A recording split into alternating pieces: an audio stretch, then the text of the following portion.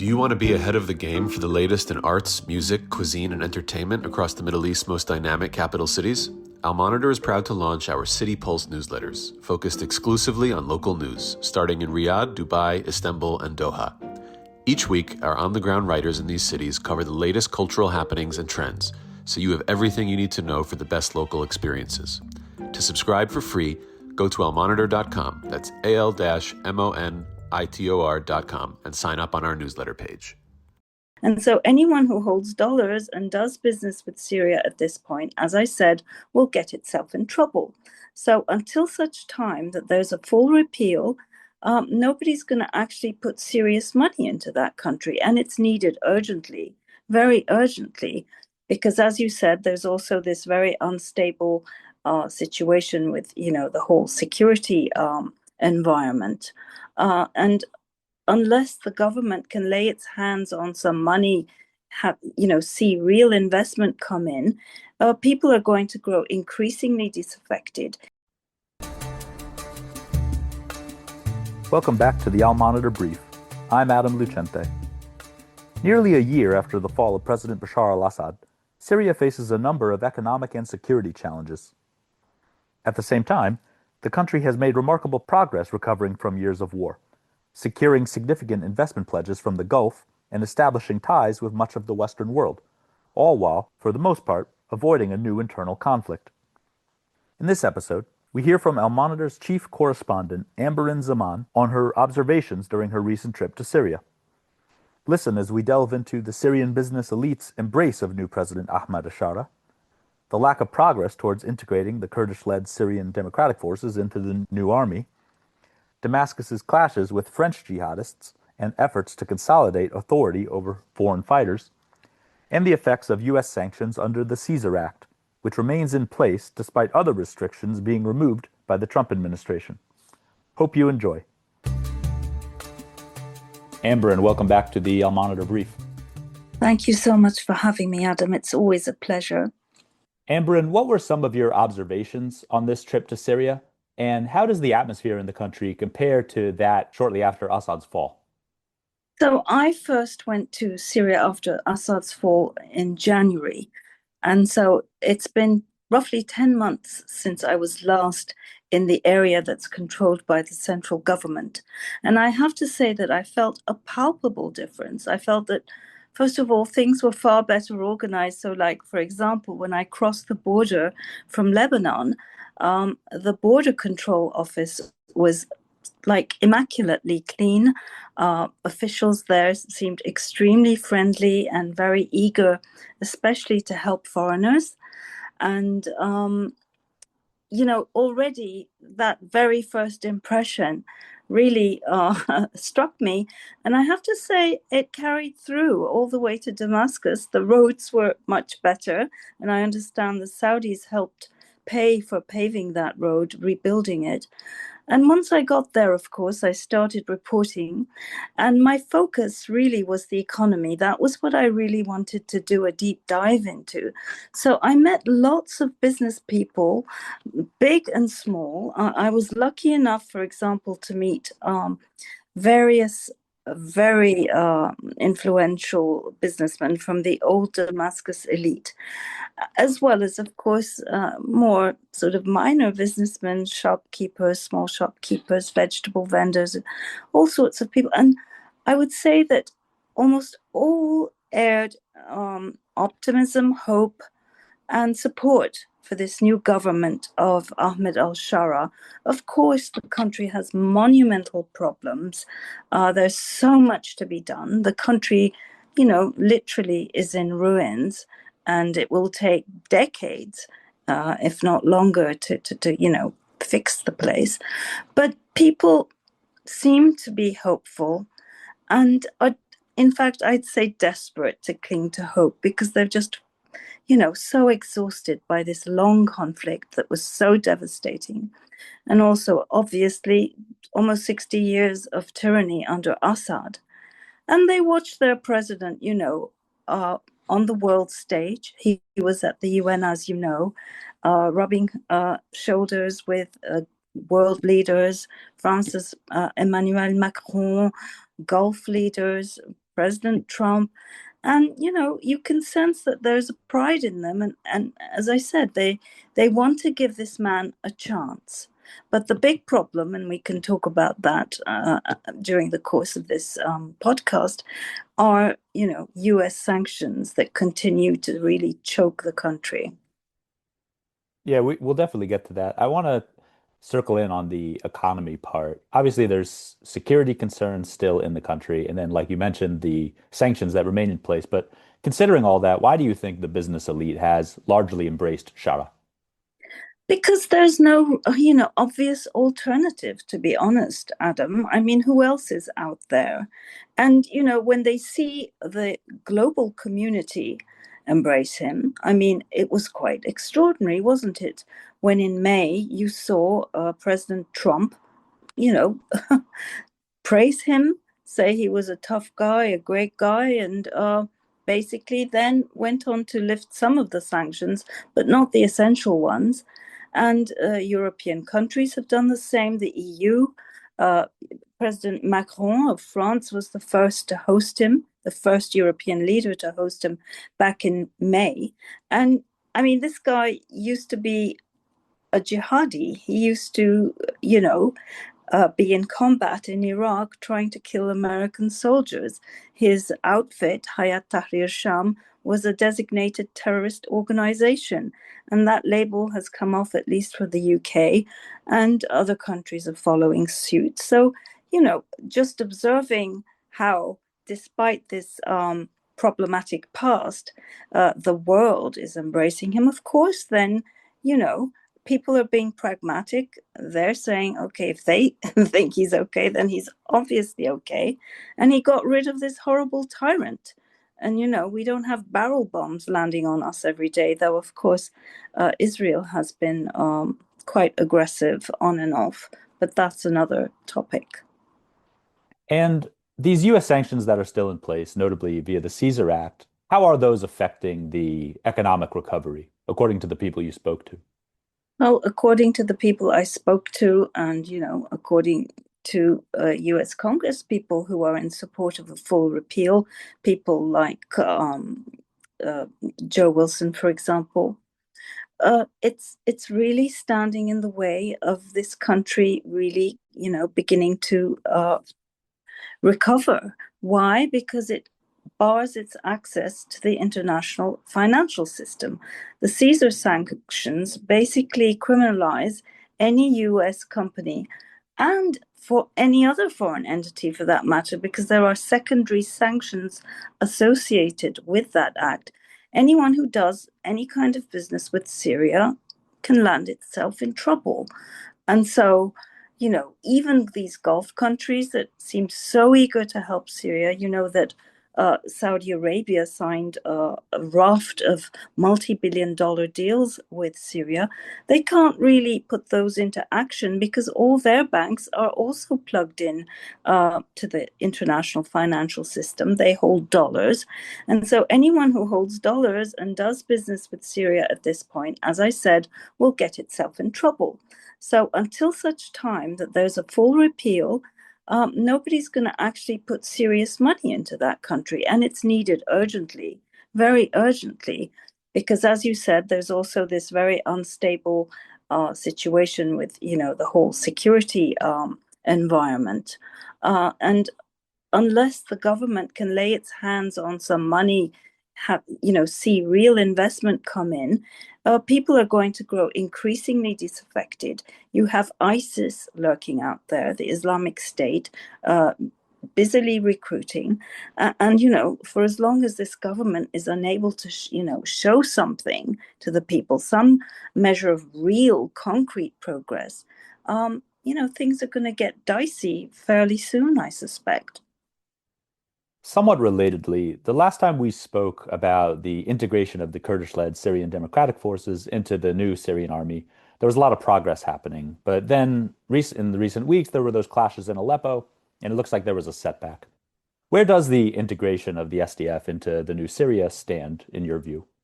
Well, to be honest with you, I wouldn't say that there was a lot of progress to begin with. I think what we could call progress, in fact, was the fact that they actually came together at all, because there's a lot of hostility, a lot of latent hostility and distrust between the Kurds and the central government in Damascus. And it really took a lot of pressure from the US's Syria envoy, Tom Barak, to get them together.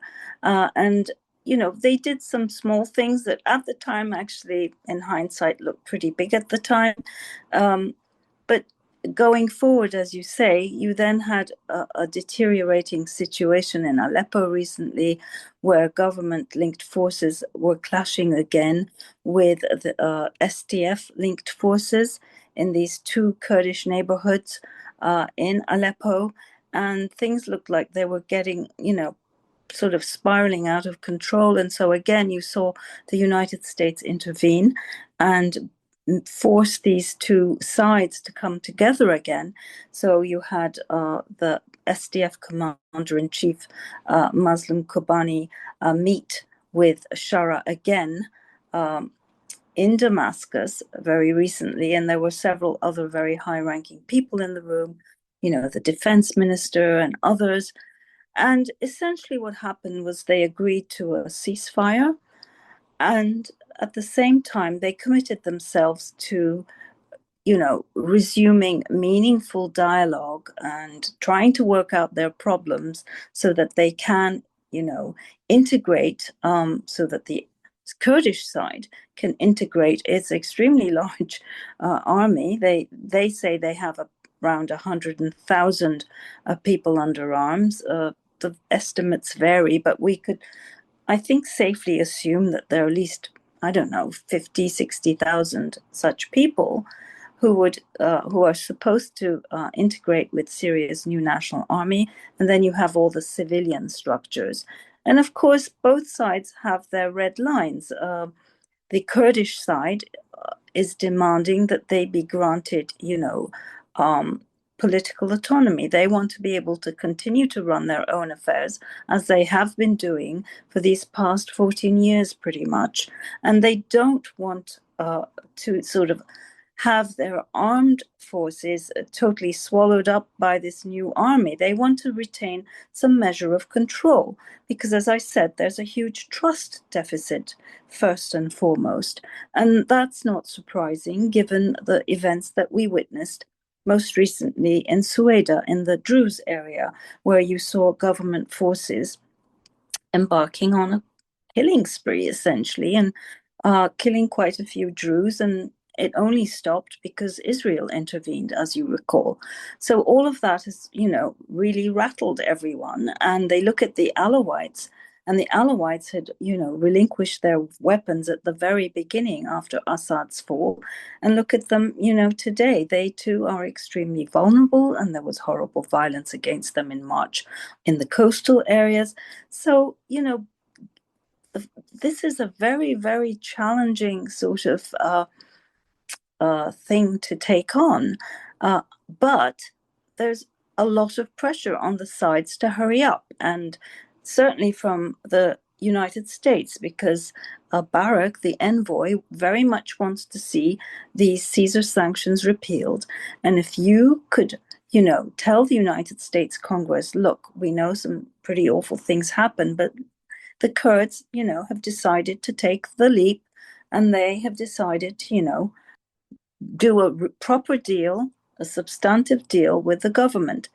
But, so far, we're not seeing very much progress at all. And in fact, the military commander on the Kurdish side, who is leading negotiations in Damascus with the Syrian government, just came out recently and said very bluntly, well, I'm afraid there's been no progress at all, and the Syrian government doesn't seem to be interested in compromise. That was pretty much his message.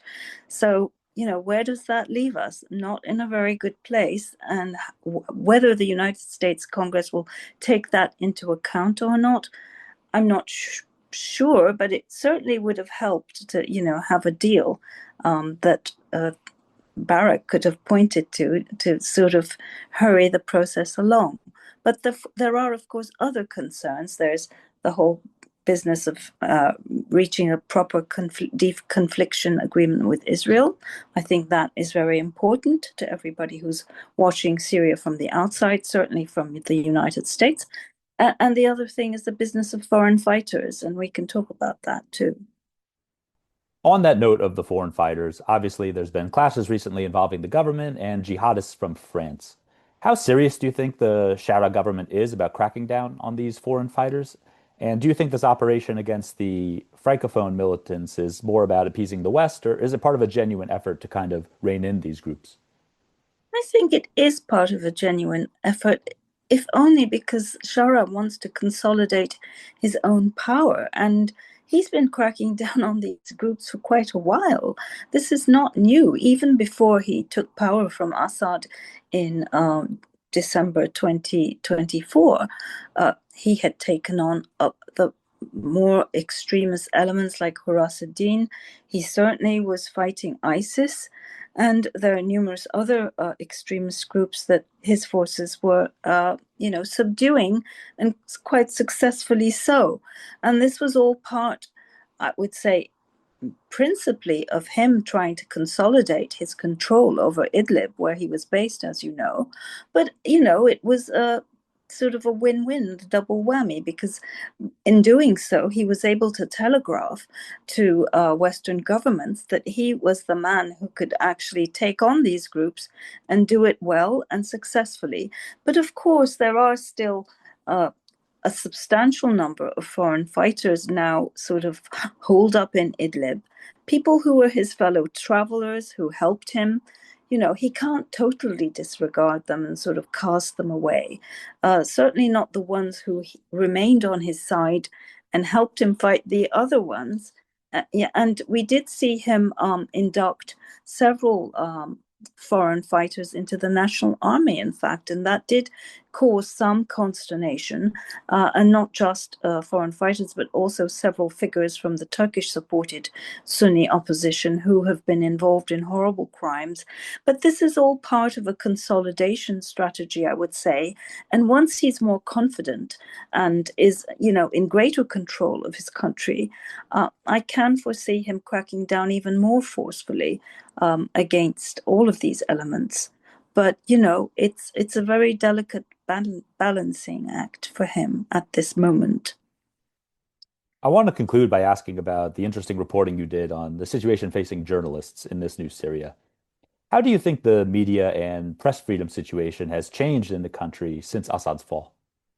Well, it's a double-edged sword. I think on the one hand, old habits are so hard to shake off, sorry. So you have all these members of the media who worked under the Assad regime in government outlets. And I did profile one called Al Thawra, where they just can't shake off their fear, and where, they replace Assad with Shara, but continue to report in the same way, just really kowtowing to power and using language that's really obsequious and deferential. And the person I interviewed for the profile of this magazine, who's actually brought in to run it, was complaining about this. So there's that element of a culture of obedience, of self-censorship, because it was quite horrible under Assad. Journalists, more than 111, I believe, maybe more, 199, something around that figure, were killed just during the civil conflicts. So you can imagine how many more were probably disappeared and killed. Very hard to keep tabs on all of that because it was such a closed regime. So a lot of violence took place, but at least you're not seeing that anymore. I think it's just too early to judge, and it will be a great test of how open and sort of democratic is not a word I'd like to use, but tolerant, shall we say, he will be of criticism of freedom of expression. His record in Idlib with his so-called salvation government wasn't great. I think there was a fair bit of pressure on journalists who critiqued him, and I think some did end up in their jails there.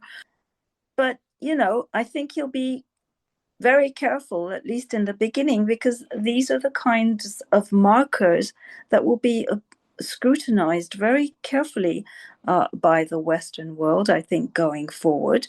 So he will probably, I think, initially be kind of tolerant, and really doesn't have much to worry about, being that anyway there's so much timidity, so much fear among journalists who are in Damascus, who have been living there.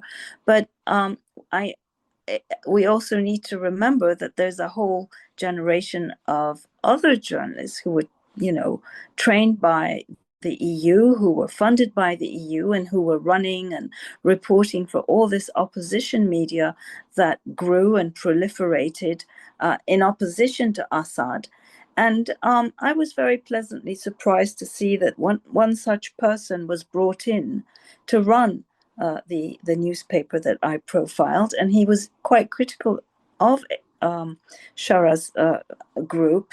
So let's see how far he can last. Interesting times, Adam. I think we have to wait and see. Amber, and on that note, thank you for your time, and we look forward to more of your reporting on all these topics. Thank you so much for having me, Adam. Thanks for listening to the Al Monitor Brief. Be sure to follow Al Monitor for more on the stories impacting the Middle East. Until next time, I'm Adam Lucente. Today's transformation of the Middle East is at the center of global geopolitics. Whether you're an analyst, diplomat, executive, or academic, you need the best reporting and analysis to understand what's really happening on the ground and what it means for the world. Al Monitor is the award-winning independent leader in Middle East news. From Riyadh to Beirut, Abu Dhabi to Doha, and Baghdad to Tehran, our team of over 100 expert journalists report daily on the top stories driving the regional trends. Download our mobile app and subscribe to Al Monitor to follow what leaders and decision makers are reading every day. Go to almonitor.com, that's AL-MONITOR.com, and use promo code POD25, POD25 for a discount.